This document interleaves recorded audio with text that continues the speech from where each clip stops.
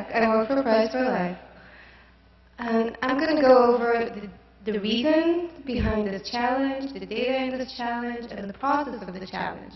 I'm not going to go all the way to who won this challenge. This I'm leaving to Robert and Hans, who will follow me. And the most broad reasoning for this challenge is ALS. So ALS, amyotrophic lateral sclerosis, or Lou Gehrig's disease, can compete for being the worst disease in the world. So it's a neurodegenerative disease. It causes the motor neurons to die. It's 100% fatal, and in the 3 to 5 years that it would take it to be fatal, all patients will undergo ongoing paralysis until they would die. So there are two famous examples for patients. One of them is Lou Gehrig. So Lou Gehrig was in his 20s. He was a star football player, and then he realized he couldn't move his arms as he did before. Then he couldn't walk. Then he couldn't speak. Then he couldn't breathe. Within about a year and a half, he died. Another famous patient is Stephen Hawking. So Stephen Hawking can no longer talk or walk or use his hands, but he has been alive with ALS for almost 50 years. So that tells you something about the variability of the disease, which is the main topic of this challenge. But usually, when I first talk to people about ALS, the first thing that comes to their mind is the question, what would I do if I was diagnosed with ALS?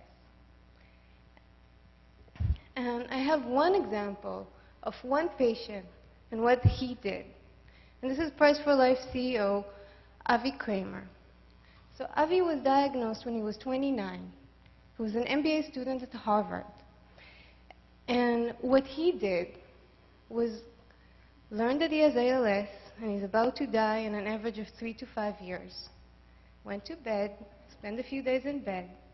Then he got out of bed and started Prize for Life to do everything he can to bring a cure to the disease. So what is the best way that an individual can do to bring a cure for ALS? The best way is to make clinical trials for a treatment easier, to bring more drugs to market. So you could look at academic researchers finding more research targets. You could introduce these researchers to industry so they would be aware of these targets. But what is really stopping industry from actually working on ALS is the cost. A typical cost of a clinical trial is about $800 million. ALS is a rare disease. People die fast. So the best thing that we could do is to make these clinical trials easier and cheaper, such that they would be attractive for drug companies. And one way to do it is to make the disease less difficult, to reduce the effort. For example, in this challenge, to separate the Lou Gehrigs from the Stephen Hawkings, to say who's going to progress faster and who's going to progress slower. And for that, we developed the PROAC database, so Pooled Resource Open Access ALS Clinical Trial Database. The PROAC database is a collection of past clinical trials. It has about over 5,000 patients. It is by far the largest clinical trial currently available for the community. It's about 10 times bigger than the second largest database. It has the data that you typically find in a clinical trial: demographic, medical and family history, vital signs, neurological functions, lab data such as blood and urine tests. And I'd just like to note, this database is larger than what we used in this challenge. In this challenge, we used about 1,800, but it has over 8,000. And it is going to be open for researchers in December 5th, so 3 weeks from now. And all of this data will be available for whoever want to look at it, for example, here in this room. And what we wanted to do is build a challenge that will bring awareness to the database and use it for what we think is one of the most important problems, and that's predicting the progression of the disease. And this brought us to the Dream Phil Bowen ALS Prediction Prize. So Dream, because we collaborated with Dream. Phil Bowen, because Phil Bowen was an ALS patient that died, and his son Peter graciously agreed to fund part of this prize. And the logic of the prize was pretty simple. We will give up to $50,000 for an algorithm that can predict the progression of the disease in a period of about 3 months that ended a month ago. More specifically, what do I mean predict the progression of the disease? So typical clinical trial data is about 12 months. So we have 12 months of data. So we're going to give the participants 3 months of data to develop their model, and then they need to predict the progression of the disease over the next 9 months. And they're going to use all of the data in the PROACT database, so all of the typical clinical trial data. And the way we staged it is as follows. We gave them over 900 patients as training sets, so they could download and have the entire year of information and play with it and see what they think of it. Then they could also test their model on a test data. It was slightly less than 300 patients. And this test data was important because it could also use to compare them to other solvers. So they gave their algorithm, were tested on the test data, and the results appear on a leaderboard, visible for everyone else competing in the challenge. So you can see how you fare compared to others. Then, when the challenge ended, they could make a final submission, and this submission was validated on a third unrelated data set called a validation set. And I like to stress this. This validation set was completely blinded to the solvers. They never trained on it before. They never seen it before. They gave us the algorithm, and we tested on it for the first time when the challenge was over. Now, I told you that we want to assess the progression of the disease. So how do you measure the progression of the disease? It's a scale called ALS-FRS, ALS Functional Rating Scale. And the logic of this scale is pretty simple. I like to illustrate it with a story of our founder, Avi, from a movie that was documenting his life struggling with the disease.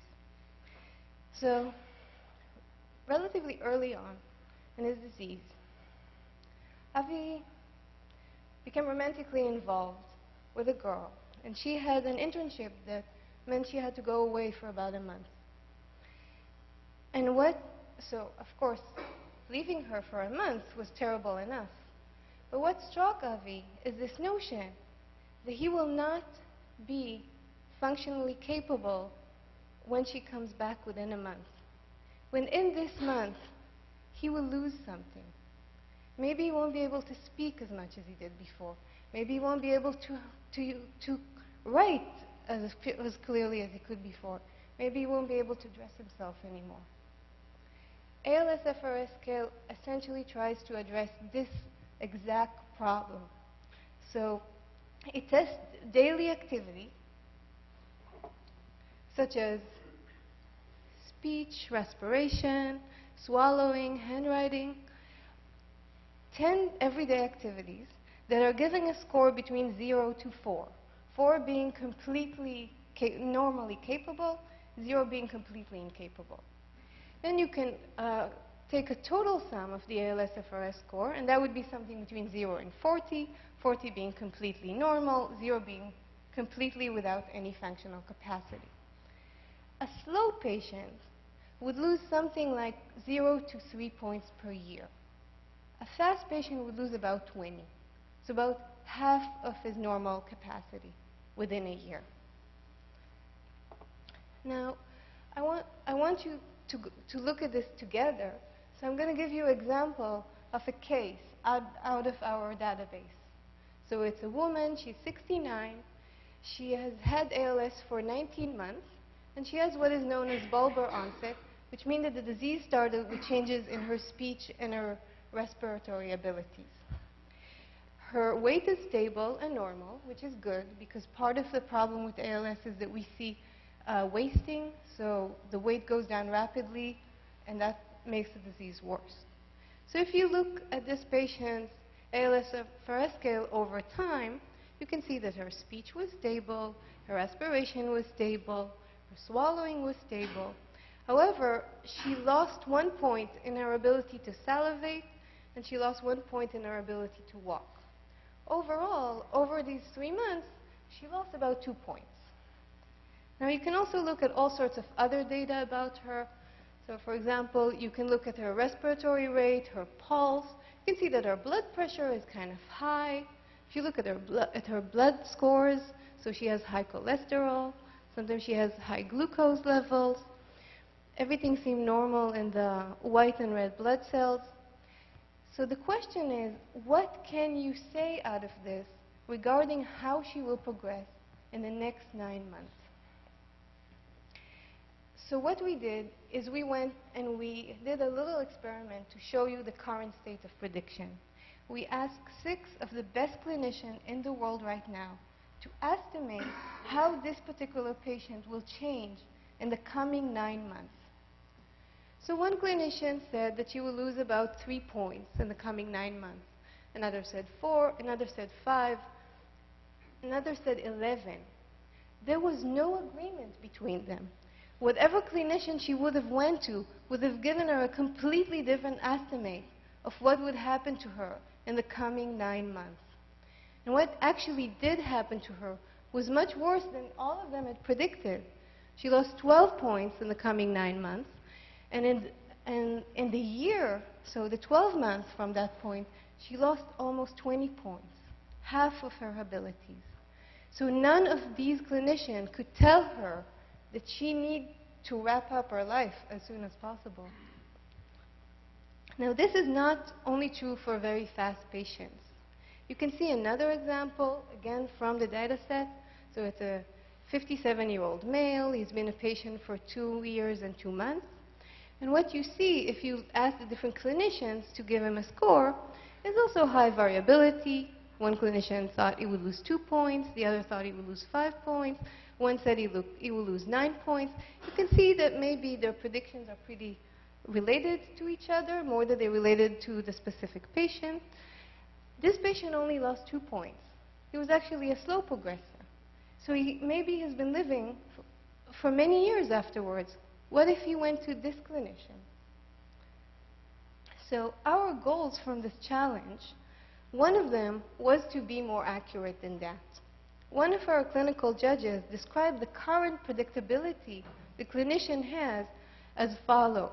If a patient deteriorates rapidly already, he's elderly, he lost a lot of weight, his respiratory function are already not so great, he's probably going to progress fast. We think the patient needs a little better accuracy than that. Also, the clinician we're asking, is it even worth telling the patient how they're going to progress if the predictions are so terrible? Should we even give them blood tests? Is there anything to look for in these blood tests? So one goal is to help the clinician, help the patient predict their future. But predicting the future for an ALS patient isn't really enough. As an organization, what we really want is to change the future for ALS patients. And our second goal was to affect clinical trials. If we can predict the progression of the patient better and reduce the variability between them, then fewer patients are needed for a clinical trial. That means that the clinical trial would be cheaper. One of our experts estimated before we even started the challenge that a good algorithm could mean 20 to 25% reduction in the number of patients needed for a clinical trial. That's millions and millions of dollars reduction for every clinical trial conducted going forward. So we decided to have the challenge. Now, before I said that the only thing missing was you, but it's a crowdsourcing effect, so we need a crowd. So we need many and many and many solvers. So what we first did is we collaborated with Incentive, a website who is professional with running challenges, computational and otherwise. And what the collaboration with Incentive gave us is 2 things. First, and I would say most importantly, it gave us access to many solvers that we had no other way to access. It brought us sponsorship from Nature, from The Economist, from Popular Science. All of this reach solvers they would never know about dream challenges, that maybe will one day grow to be professional in challenges but are not there yet. And we need their new opinions and their new minds. Another thing that collaborating with Innocentive gave us is capacity. We could have a leaderboard to see how the different solvers score and show it to everyone else. We can have a final validation set separate, unknown to the solvers at all, and ask them to submit their algorithm to run on this separate validation set. This is capacity was very important to keep the challenge as clean as possible, given its importance. Now, we didn't only collaborate with Innocentive. We did a lot of marketing ourselves. We went to numerous mailing lists, companies, academic department, meetup, publication in newspapers, posters. We wanted to reach as wide an audience as possible, to have as wide variety of opinions as we could. And the result of all this marketing is that we got over 1,000, to be exact, 1,073 registered solvers from 64 countries. Now, working with over 1,000 solvers can have its difficulties. And I feel compelled to illustrate that to you. So in all of Dream 7 challenges this year, they had 171 forum messages. Innocentive, when running a typical challenge, gets about 41 emails throughout the challenge. We had a forum, and we got about 303 discussions. And in addition to this, Innocentive got 1,533 emails about this challenge. So we're very happy that Innocentive brought us not only solvers, but capacity. But the meaning behind all of this work is that we had actively engaging solvers. Now, we had 37 unique solvers submitting a code to be tested and 12 final submissions. It might not seem a lot. It's 1% out of the 1,000 solvers, but over half of them, and both of the winners, are people that we wouldn't normally be able to reach just through the typical academic challenges. So it brought new minds. And the new minds are worth the 1,533 emails. And I'd just like to take this time, because there's not going to be a better time. There are several solvers here in the room, and I want to thank you. This was all done for your mind, for your innovation. Thank you.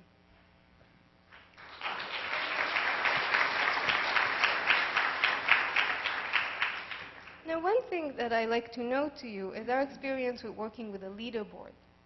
So the idea of the leaderboard, so that people could check their code, and it could help their competitive spirit.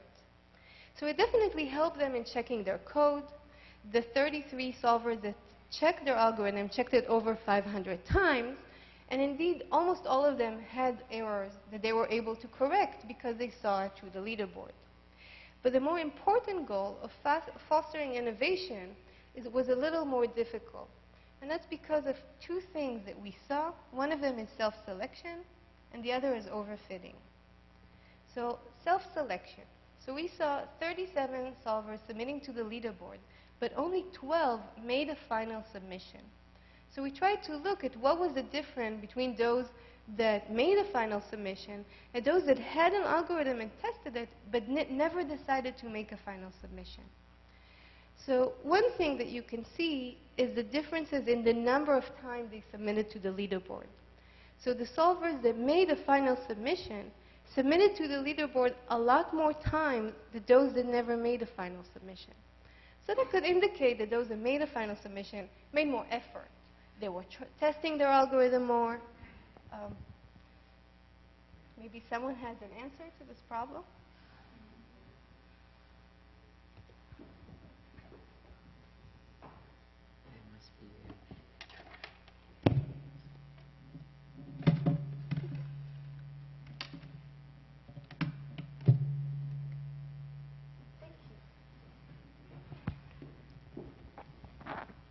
So looking at those that made a final submission, you can see that they submitted to the leaderboard more, which could indicate that they were making an effort. Another thing that we see is if you looked at their actual score on the leaderboard, so the score is RMSD, so the lower the number, the better the score. And you can see that those that actually submitted were doing better on the leaderboard than those that didn't submit. So there was some sort of a self-selection. Those that weren't doing so well on the leaderboard just never made a final submission. Now, that could make sense. The only problem is when you add it to the other thing that we saw, and that's overfitting. So if you look at the relationship between the number of submissions that different solvers made and the RMSD that they got on the leaderboard, you can see that the more they submitted, the better they were on the leaderboard. But tragically, they weren't getting any better on the final validation set. What we see is that the more they submitted to the leaderboard, the difference between their RMSD on the leaderboard and on the final validation set was only growing larger. So what happened was that these solvers were improving only on the leaderboard. They were overfitting their data to the leaderboard. Now, if you recall that the solvers were also self-selecting, and some of them were hesitant to make a final submission if their score on the leaderboard was not good enough, you see that we have a real problem. So looking at the leaderboard, the two submissions marked in errors are the ones that eventually won. You have here a submission that scored equally well on the leaderboard, but never made a final submission, since they didn't think there was any point in doing that. So the problem of overfitting goes beyond the problem of making your own algorithm less accurate. It's also affecting the other solvers who see your score through the leaderboard. Another note that I would like to note here, so there are many people here who are submitting to challenges. Note this. Make a submission even if you're not doing so well. You don't know what the other people are doing. Now, as I said, I'm not going to go into who are these solvers and what did they do. Instead, I want to go back to the broader picture, to why we had this challenge at all. For us, this challenge is only the beginning. We have wonderful algorithms, and we're going to write wonderful papers describing them.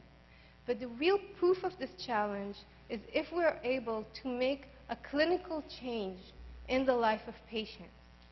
So our questions now are, can we make the predictors found in this challenge useful for better ALS biomarkers? Can we get clinicians to use these algorithms to actually predict the future for ALS patients better? Can we get clinical trials manager to use these algorithms to actually reduce the number of patients needed? Can we get pharmaceutical companies to be aware that ALS drugs are now easier to test and bring to market? This is the part that our challenge begins. And I have some small note that this actually looks positive for us. So one thing that was reported in the literature earlier this year was one parameter found in blood tests called uric acid. So uric acid found to be related to the survival of patients. The lower the uric acid, the worse the prognosis. But this was one paper, and as many of you know, one paper doesn't mean a change in clinical trials. People read it, they were impressed by it, they thought about it, but they didn't implement it. One thing that we see in this challenge is that almost all of the solvers that looked at blood and urine data found uric acid to be predictive. So we have many independent evidence corroborating that uric acid is something to be mindful of. Similarly, we found many other predictors unknown before in the literature, but picked up by 3 or 4 solvers working independently from each other. For example, surprising things like pulse or blood pressure, different blood test units. All of these could be new direction for ALS research. So they go well beyond the specific algorithm predicted in this challenge. Now, I like to note that all of this challenge, all of the 1,000 solvers, the great algorithms that came out of it, are one question to be tested on the PROACT database. And there are other questions, not less important and not less interesting. And it's going to be launched in 3 weeks. And everyone here in the room could be the next solver. Thank you.